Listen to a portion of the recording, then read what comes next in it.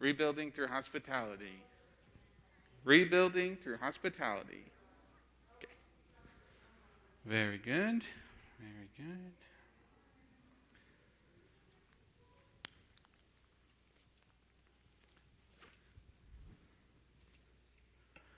Good morning.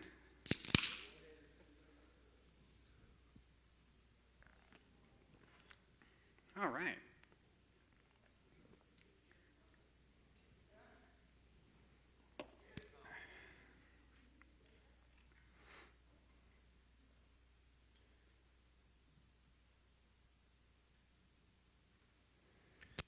Okay. Well, let's go ahead and get started. Good morning to everybody. Everybody who's here in the auditorium with me, and then everyone who's tuning in live on Facebook with us. It's great to have you. Really, this whole year we've been studying the subject of rebuilding, right? And after we had such a strange and in many ways difficult year, we need, as an eldership and leadership group, we decided to talk about rebuilding our relationships with each other and with God and even with the lost. And we've talked about a few different ways, right? We've talked about rebuilding through forgiveness and rebuilding through patience and perseverance and humility. And let's be honest, most of those aren't very fun, right? What's fun about patience? Nothing. What's fun about perseverance? Nothing. And though the rewards are good and it's worthwhile for us to pursue those things, they're not necessarily that fun. But that's going to be a little bit different today because we're going to be talking about a way to rebuild with something that is kind of fun, and that is rebuilding through hospitality. Rebuilding through hospitality.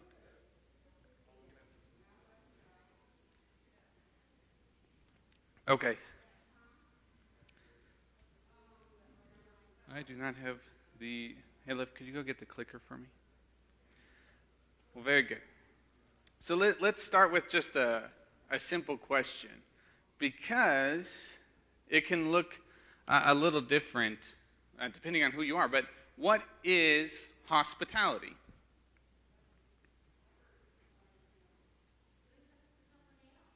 Doing something for someone else. Very good. Anything else?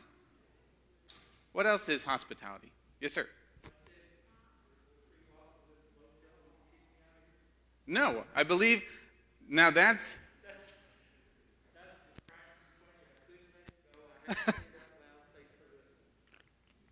but I'm glad you said it, because if you type in hospitality on Google, you know what comes up most of the time is hotels.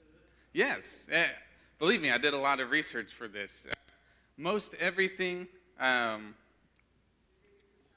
you'll see is how to make your business more hospitable, how to make your hotel more hospitable. So, taking from that, though it was a funny answer, it's also a good answer because a lot of how we look at hospitality in the American eyes is with your business, right? Your business wants to be very hospitable. And we think of free breakfasts or free soaps or whatever at your hotel. And that's very integral to our way of life, especially with hotels.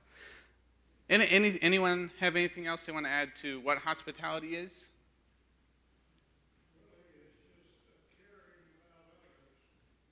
Okay, yeah. And luckily, I have a few definitions here, and that is, in general, that is it, caring about others. Dictionary.com says the friendly reception of guests or strangers. And I think that's a decent one, but the Bible, I won't bother trying to pronounce the Greek word because I can't, but the Greek word for hospitality more means the love of strangers. So, dictionaries definitely, excuse me. I want to ask you, what difference do you see between these two definitions? The warm reception of guests and strangers, or the love of strangers? What difference do you see between these two?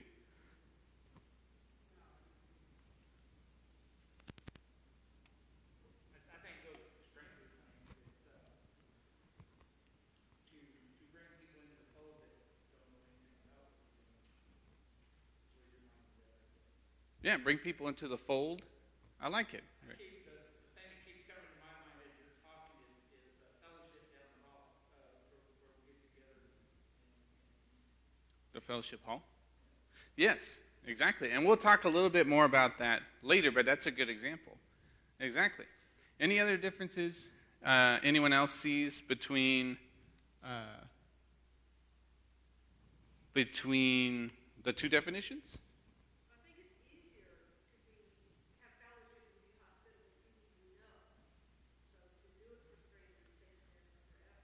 Yes, exactly, and that's kind of the point. It's another step you have to take. It's very easy for me to be hospitable when my parents come to town, right? But what about when someone I've never met comes and needs a place to stay? Exactly. Very good. Well, let's continue, and let's talk about what hospitality is. So hospitality does a few different things. First, what comes to my mind first is it meets needs, right? And I have these listed here, but let's go through them. The first one is obvious, right? When you think of hospitality, you usually think of, well, hosting someone for a meal, right? So the first thing you would think of, the first need would be physical with hospitality. What are some things that hospitality meets physically? What are some needs? I already talked about, hunger or food. What are some other things?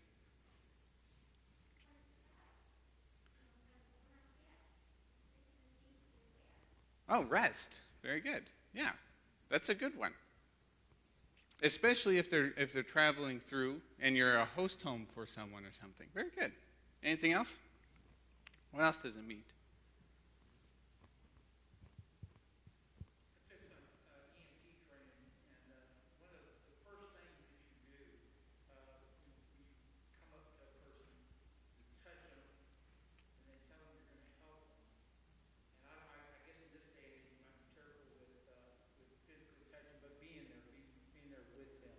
Yeah. I think makes a difference. Your physical presence.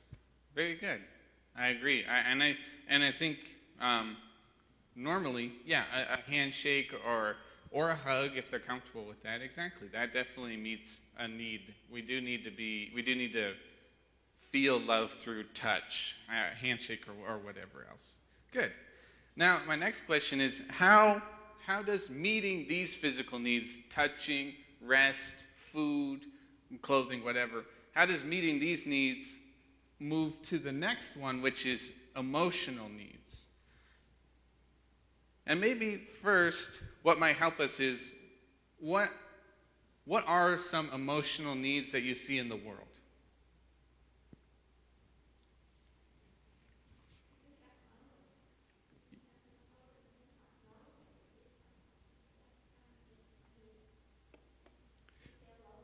Yeah, dispel. We have a lot of loneliness, especially right now with people being isolated, things like that.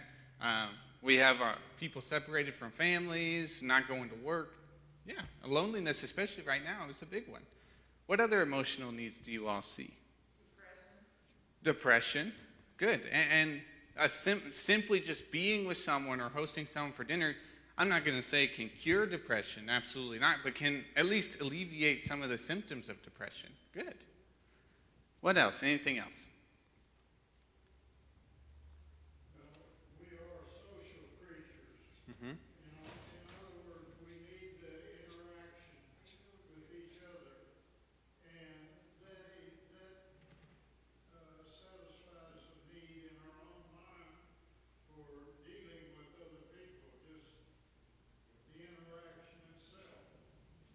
Good. And that becomes very emotional sometimes. Yeah. Yeah, I mean, one of our primary needs is love, right?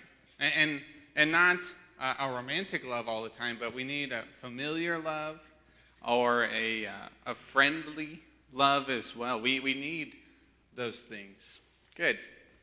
And so, how does meeting physical needs, how does that move towards meeting emotional needs? Or how can it, I guess?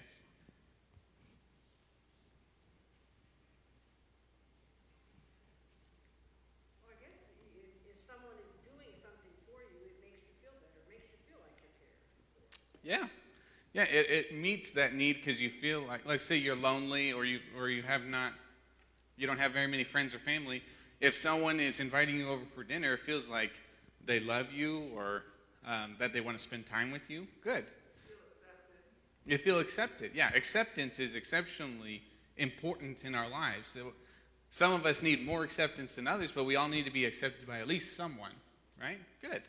Good. And also, physical needs, like put yourself, maybe back when you were a kid, when you were hungry, could you think of anything else other than eating? No. I mean, even if if you were in the car and you were hungry and your parents were saying like, you better stop or you're going to be grounded or whatever else, you still screamed because you were so hungry you didn't care, right?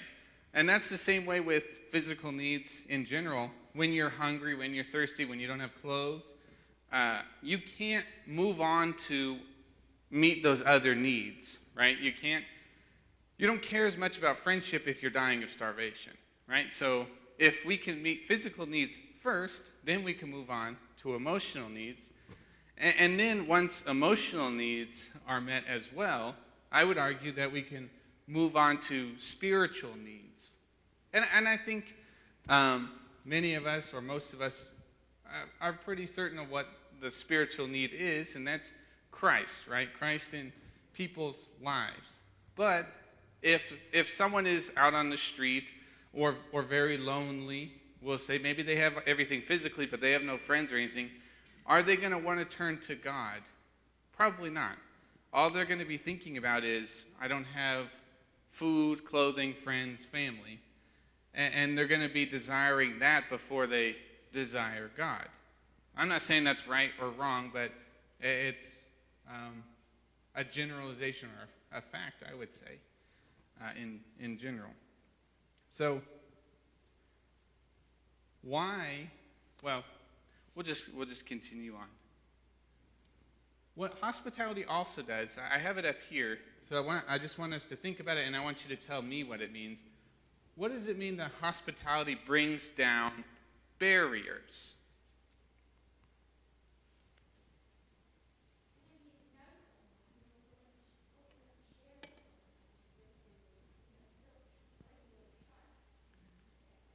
Yeah, hospitality, when you're spending a meal together or just spending time together, it builds trust. Good. And it's a lot easier to show people Christ or talk about Christ if you have trust. Good.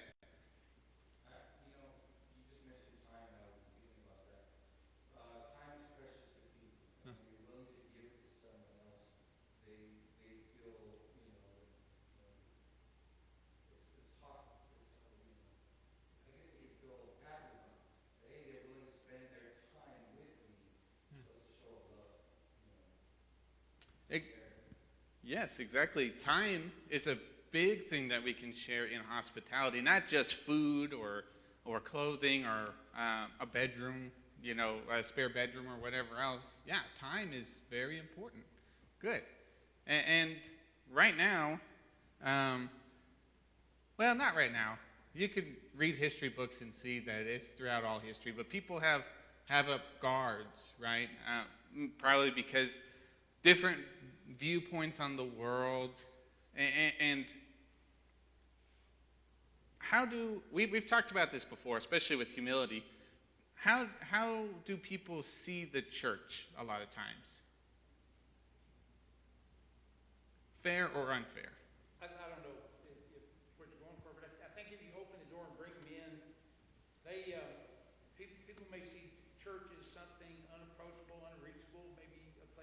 along, if you bring them in, whether it be your home or through fellowship in the church, you show them that they are okay there. And that's an important thing too, I think, as Christians, you need to pay attention to, that you're not judging this person before you bring them in. You bring them in as they are, and then you take them under wing and slowly help them with the other things. But most importantly, I guess I'm saying validation, that you're showing the person that they are welcome there. They're equal with you, I think. Good. Yeah, exactly. You hit, I'm going to reiterate it for the audience, the Facebook audience, but you definitely hit it that a lot of people feel like they can't go to church because it's something that's unattainable. It's something for people who are already whole and perfect. Like that's where church is. Or they feel like they're going to be judged or whatever else. So hospitality brings down those barriers and brings them in. Good. Miss Becky? I was going to say, you see it on social media and everything, how people use the church. I'm talking about Christianity in general. Mm-hmm. Use it for their own agendas. And then so people see Christians as hypocrites or, like you said, judging, all different things. Yes. Yeah, exactly. I mean, sometimes political people do it, but sometimes it could even be on a small scale.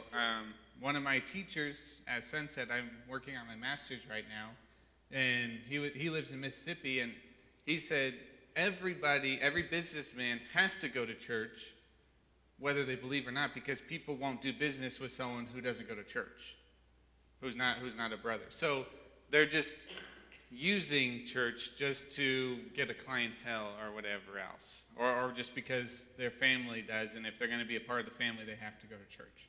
Exactly. That's the way that people view the church. And we're going to talk about this. Oh, yes, sir. Sometimes people will know people that go to church, but then they know the outside life they live.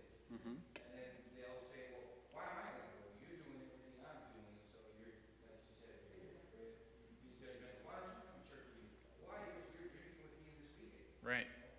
Why am I going to go? You're doing the same thing I'm doing, but it's about your salvation in the end, hopefully change and get closer and draw near to that Christ. Yeah. Yeah, a lot of people, they don't see the same person in church and out of church, right? And so it is hypocritical, but that's something we're hoping to fix with hospitality or with all the rebuilding things we're talking about. Very good. And this one I want to talk about a little bit later, but hospitality shows the world Christ, shows people Christ. Very good.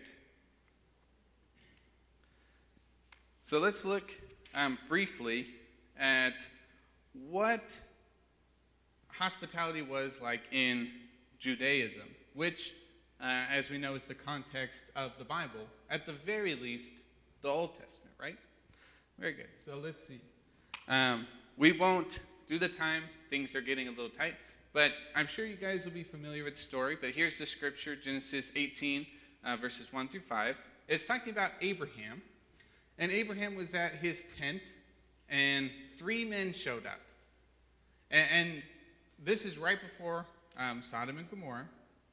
But this is, as soon as Abraham sees these 3 men, he begs them to let him give them water and give them, wash their feet and bring some bread and let them sit down. Now here's something that's amazing. Abraham didn't know that this was God. Or at least the text does not indicate that he knows that it's God. Because later when God talks to him, or at least angels, he doesn't know that these are angels or God. And look how he treats them. He just sees 3 strangers on the road, and he begs them. He says, if I've found favor in your sight, and don't get caught up on the "oh Lord." That was a term of like "sir." And so he says, if I found favor in your sight, let me wash your feet. Why don't you sit under this tree while I bring you some bread and things like that. Now, there's And this is also what might also jog your memory. This is also when the messengers or God says, "You're going to have a son," and Sarah laughs, and then he says, "Why are you laughing?" And she says, "Well, it's because I'm so old." Things like that. This is one of the times that Isaac is prophesied. But Abraham lived before the law, right? Abraham was never commanded to act like this. This is just how he chose to be. Now, if you are, let's put yourself in these three men's shoes, these three angels, whatever. How does this reception make you feel? You've barely said hi to him, and he's already offering you these things. How do you feel? You feel very welcome, right? What else? Peace. Good. And you feel wanted and desired. For all Abraham knows, these are not even it, Israel doesn't exist. These aren't even his own countrymen. These are just three travelers. And he treats them like this. Man, what if we treated people just like that? And I understand it's difficult now, and we'll talk about that a little bit later.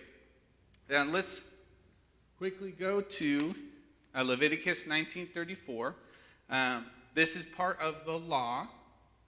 So this is a little bit later down the road, but it says, "You shall treat the stranger who sojourns with you as a native among you, and you shall love him as you love yourself, for you were strangers in the land of Egypt.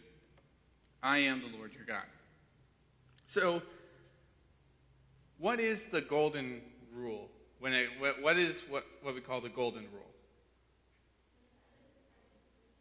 Yeah. Or in some translations, love your neighbor as yourself, right? Very good. And do you remember do you guys remember the story of the Good Samaritan?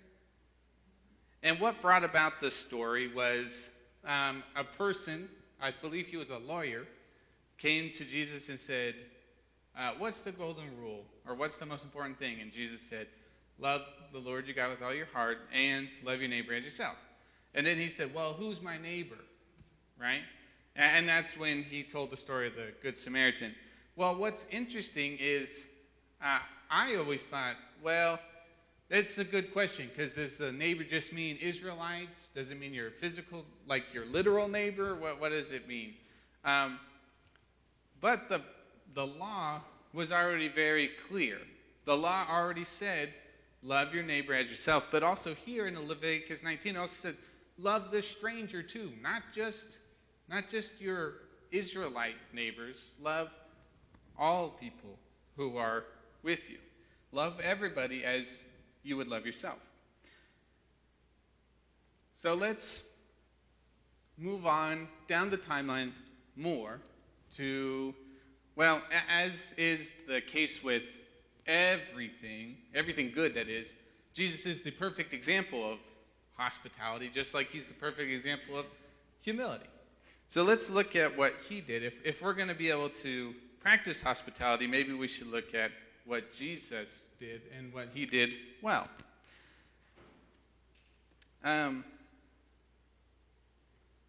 Before we talk about this, what are ways that Jesus showed hospitality?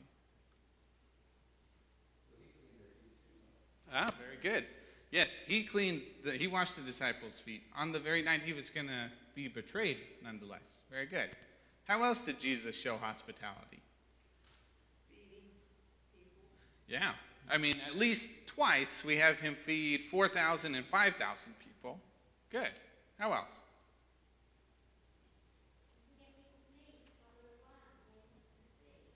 Yeah.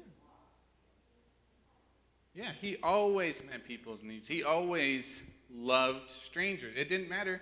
We see him healing Roman centurions, daughters or servants, Samaritans, everyone. He didn't care if you were Jewish or not, because he loved everyone. Good. And the one I always think of is Zacchaeus. Now, it seems weird to us that he invited himself over to Zacchaeus' house, but in Judaism, that was a great honor for a rabbi to say, I would like to go to your house. And especially with Zacchaeus, because he was a despised tax collector. Good. Well, Jesus didn't only show hospitality, but he also relied on hospitality, as is the case here in Luke chapter 8, verse 3. It says, "Soon afterwards, he went on through cities and villages, proclaiming and bringing the good news of the kingdom of God. And the 12 were with him, and also some women who had been healed of evil spirits and infirmities.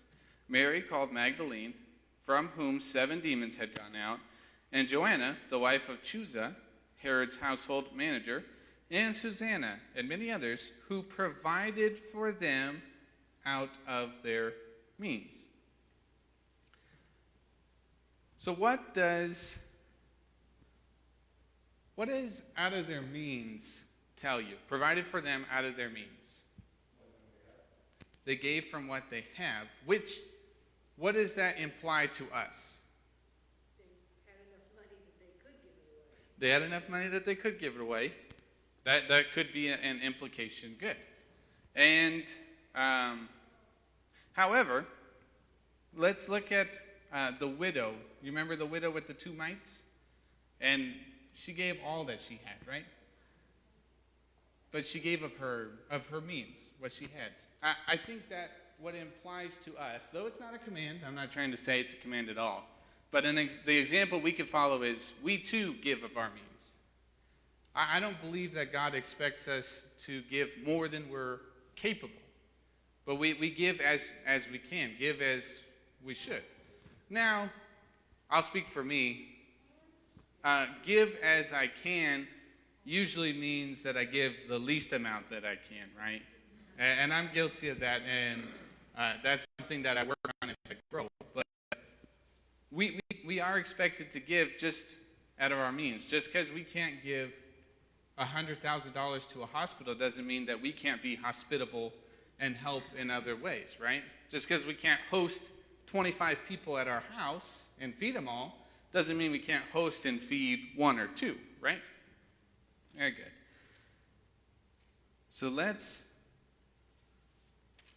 move on. Not only did Jesus show hospitality in the examples we talked about, not only did he rely on hospitality, and you also remember what Jesus said. He said, foxes have their holes, birds have their nests, but the Son of Man doesn't have a house to lay his head, right?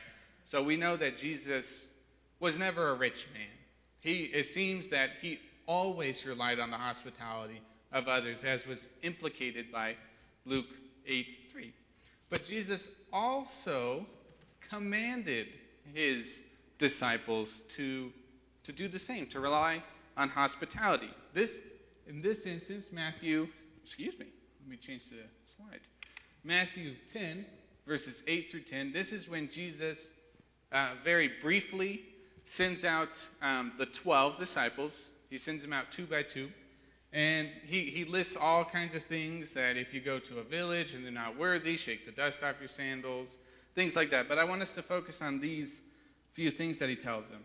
He says, heal the sick, raise the dead, cleanse lepers, cast out demons. You received without paying, give without paying. Acquire no gold or silver or copper from your belts, no bag for your journey, or 2 tunics, or sandals or staff, for the laborer deserves his food. So it doesn't say rely on the hospitality of others, but he does say what? You got what you got without paying, so you don't charge. So we already know they're not making money from doing these miracles. He says, don't carry gold, don't acquire it, and don't even have 2 tunics, right? So what does that imply? They are providing their need of food and drink, and that's all they really need. Mm-hmm. They don't need the money, they're providing shelter, a place to go, Yeah, that God's going to provide for it, the shelter, whatever. And there are times, like with Elijah and the raven feeding him, or with the Israelites and them receiving manna from heaven or quail or whatever else, that there are times that God literally, from his hand to your mouth, straight gives food. But how more commonly does God provide for us? Well, I take it too, as far as like working for your keep, so. Mm-hmm. Well, that's good. You work a job, you get paid for it. Yeah. You know, and that, he provides the job for you that fits you best. Mm-hmm. Yeah, and that is what it says at the end, for the laborer deserves his food. Very good. Very good. How else does God provide for us, typically? We're supposed to live with the sweat of our brow. So we sweat, we have earned something, we've got it. Sure. Yeah, and I do want to make a disclaimer. I'm not trying to say anyone should just bounce from house to house, living, doing nothing, right? I'm also not saying that ministers or evangelists or whatever else should just walk from house to house, not working, things like that. What I'm trying to point out is God will provide for the disciples, and he will provide for the disciples through the hospitality of others, right? And we absolutely, from what we receive from God, but we receive a lot of other things. I know I do, me and my wife do, from people who love us. We get, when we were on support, for example, when she lived in Phoenix working as a missionary apprentice, a student missionary, and I lived in Bolivia, we were receiving support. And we were working, but it was through the hospitality of others deciding to support us that we were able to do what we did. And of course, we believe God was providing for us, but he used people to provide for us. And I believe God does the same still. I believe he uses us to provide the needs for others, right? Take, for example, our food pantry. He uses what you all give in the offering, and he uses the volunteer hours of those who volunteer for our food pantry to provide meals for families in El Paso, right? And they many times they say, I want to thank God for this. They recognize that it's from God, but it's from our hospitality that blessing keeps going down the line, right? That's what I'm trying to point out. So let's get to a bit more practical. Let's start narrowing it into us. So this text is familiar when he's talking about separating the sheep and the goats, right? And this is what, in Matthew 25, 34 through 40, this is what the king, and who is the king? Jesus, right? Jesus is the king. And so this is what he says. Then the king will say to those on his right, come, you who are blessed by my Father, inherit the kingdom prepared for you from the foundation of the world. I was hungry, and you gave me food. I was thirsty, and you gave me drink. I was a stranger, and you welcomed me. I was naked, and you clothed me. I was sick, and you visited me. I was in prison, and you came to me. Then the righteous will answer him, saying, Lord, when did we see you hungry and feed you, or thirsty and give you drink? And when did we see you a stranger and welcome you, or naked and clothe you? And when did we see you sick or in prison and visit you? And the king will answer them, truly I say to you, as you did it to one of the least of these, my brothers, you did it to me. Well, what motivation do you get from this to be hospitable to others?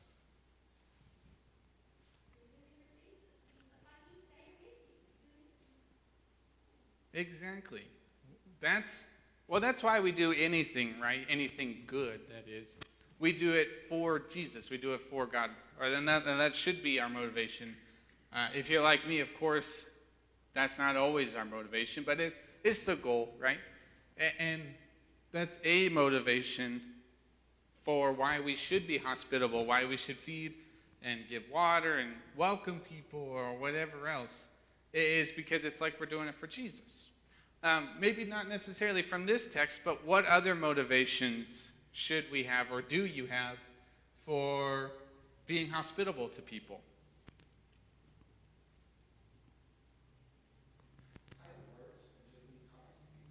Just being kind to people.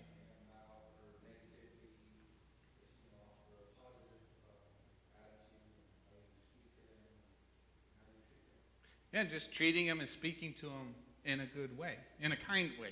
Good. And what else? Why should we be hospitable? The ultimate goal is to bring them to Christ. Good. Yeah. And you could argue that the motivation is still Jesus, right? But when we're hospitable, like we talked about, you can bring down the other barriers and show people Christ so that they'll say, well, if you're hospitable because of him, then I want to be a part of that too. I want to be like you. I want to be hospitable. And if that's how he is, then that's who I want to serve. Right? Yes, sir. Everybody likes somebody who likes them. So if you like somebody, they'll like you. They should. They will. Yeah. In time. You know, as you demonstrate your care for them, then they will respond. It may be negative to start with, but in time that barrier comes down. That's about what you were putting up there about bringing the barriers down. Yeah. Yeah, exactly. When you're caring towards others and kind and loving, oftentimes, though it may start out negative and it might take some time, it will inevitably lead to mutual love. Good. So let's continue on to just our last few minutes where I want us to try and apply the things we've talked about to us. So, hospitality is weird. It can be different in every single culture. For example, in Bolivia, where I lived, you never, ever, you had to learn this trick. When you ate food, they love to eat there. They eat a ton. The meals are huge. And if you finish your plate while you're at someone's house, it's the duty of the host or hostess to immediately fill your plate all the way back up. And so you can't do that. You have to leave just a little bit on your plate because you don't want to leave too much that shows I don't like this, but you don't want to leave too little because it says I want more. But the duty of the host or hostess to show hospitality is to constantly be monitoring your guests' plates to make sure that they are always full. And so, but that's not necessarily what it's like here in America, right? It's a little bit different. And I understand it can look different in different parts of America. But in general, what does hospitality look like in the United States? Someone comes to your house, you offer them a drink. Yes, that's a big. I was actually we were just watching Seinfeld the other day, and Jerry Seinfeld had movers come in and left, and his friend said, "Didn't you offer them a drink?" And he had to apologize to the movers because he didn't offer them a drink. And especially if someone comes to your house and does work, you have to offer them a drink, right, in America. But just in general, that's the common thing. Do you want coffee? Do you want water? Things like that. Yeah, how else does hospitality look like? Or what else? Yeah.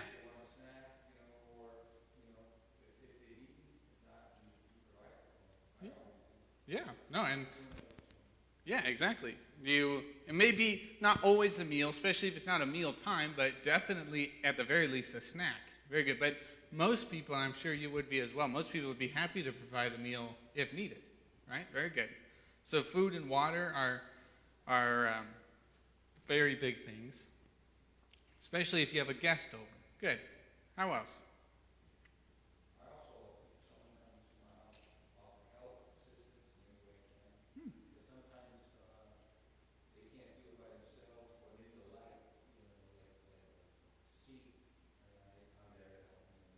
Oh, good. Yeah, offer assistance as well.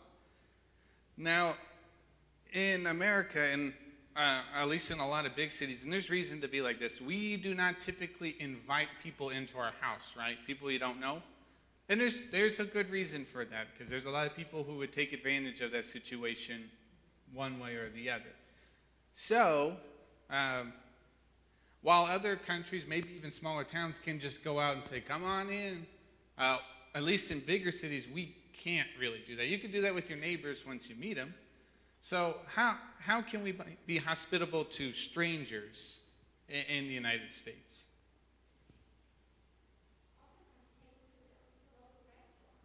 Yeah. That's a good way to get around it and be very safe while still being hospitable, is to take them to a cafe, a restaurant, a store, whatever. Very good. Yes, exactly. Well, let's continue on.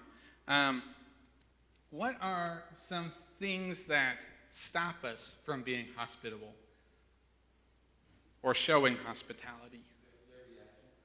Their reaction?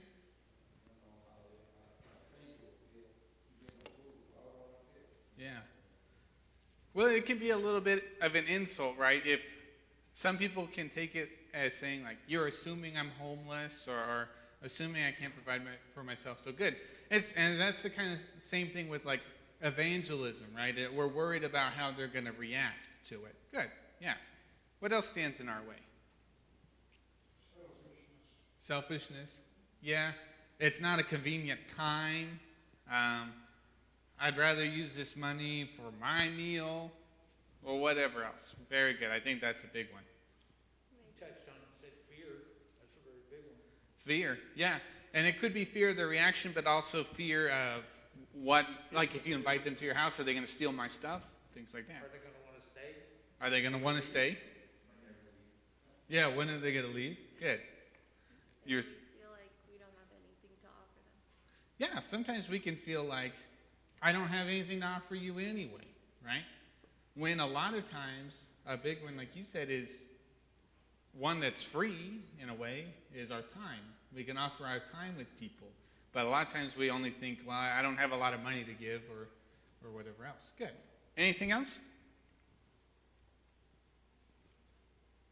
Well, also not knowing what a need is. Oh, okay. Not knowing the need. I think in some cases, I know in cases, it's just not really looking for needs necessarily. I'm always looking for how can the congregation be better. How can we continue to rebuild? This isn't just you need to rebuild. We all need to rebuild, right? So now we'll get to you personally in just a second, but first, how can Montwood, the congregation, how can we together show more hospitality or practice hospitality? Welcome our guests to come. What? Welcoming our guests. Welcoming our guests. Good. That's a good one. And not just our greeters or our love ministry meeting our guests, but all of us, at least without swarming people, of course, trying to meet our guests. I understand it's difficult right now, but that's a good one. How else? Offering something, a drink, some type of meat, could be snack, but and I know it costs money and stuff like that, but it does, offer a, homely environment where people feel a little more comfortable. Maybe not all day, but, something. That's a good one. Offering the food. Yeah. I like it. We've done it where you have scouting based here and do other activities. Years ago, we did a little fair out there in the parking lot. Things to bring the community here, maybe not even seeking God, just, oh, hey, we're having fun. Let's go have fun in the parking lot. And that leads to maybe they come back for church. Good. Yeah, having opportunities like a fair, like you said, or I know a big one that I've seen before is, like ice cream, like come and eat ice cream, or some sort of meal or something. Good. Simply by coming together. Whenever we gather together, and speak to each other and talk, that's showing hospitality, and it will strengthen the church and bond Yeah, strength, especially for those of us who don't get out much other than worship or class, right? It'd be good just to spend time together and chatting and asking how you are and being genuine about it. Good. That's a good one. Cindy and I were just talking about that. How many times has somebody approached you just to talk or something, and you're like, gotta go.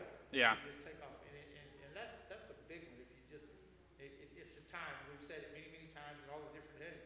Just the time. So many times. Just give somebody the time. Yeah. Good. I'm lousy at. I'll point that out while I say it. Good. Me too.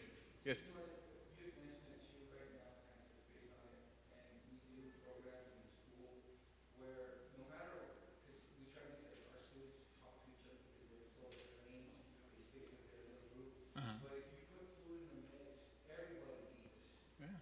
Everybody. It doesn't matter what country you're from, what language you speak. Food can bring people together. True. And luckily we all speak English, so if we bring it together, then we bring it common, and then we build friendship and relationship. Yeah. And that's how it starts. Yes, exactly. A lot of bonding can be done over a meal, right? A lot of times we're willing to put aside a lot of differences and things like that to eat together. Good. So let's end with our last question. Now that we talked about how can Montwood as a congregation practice hospitality, how can you and your family practice hospitality, maybe even very specifically?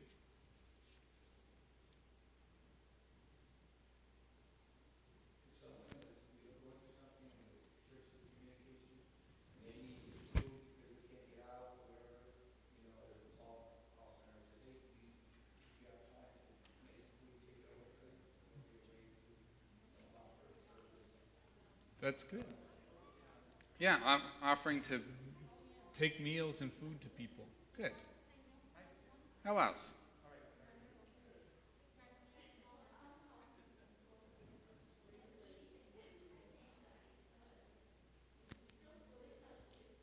Mm-hmm.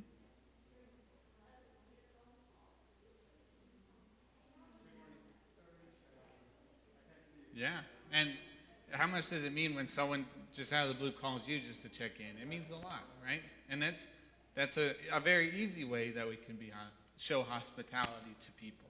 Good. Anyone else? Well, good. So just to kind of finish our time, I want to end in, I don't have it on the screen, I thought this would be nice, but Acts 2:44 through 45. And I'm sure many of us are familiar with it once I start reading it.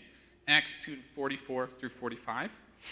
It says, "And all who believed were together and had all things in common, and they were selling their possessions and belongings and distributing the proceeds to all as any had need. And day by day, attending the temple together and breaking bread in their homes, they received their food with glad and generous hearts, praising God and having favor with all people. And the Lord added to their number day by day those who were being saved."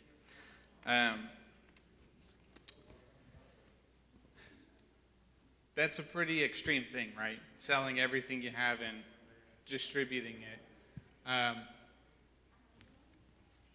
Hospitality can look different. The key thing that I pull from that verse is meeting people's needs. They distributed as they had needs, right? They didn't just put all their possessions in a pile and say, all right, now everyone take an even slice, and that's what we'll do, right? That's not what they did. They sold their things so that they could meet needs, right? And we can do that. Now, as we talked about, there's all kinds of different needs. It can be they just need our friendship. They just need us to reach out and call them, or they just need us to reach out and talk with them at worship service, or maybe they just need a meal to finish the week, or whatever. It could look different, and that's the nice thing about hospitality is, though it is difficult, it's fun as well. It's not just all work until the reward. The beautiful thing about hospitality is part of the reward is practicing hospitality. So let's, as we're rebuilding with perseverance and patience and working through division or whatever else, let's not forget, maybe in my opinion, the most beautiful thing of all, and that is hospitality. Thank you.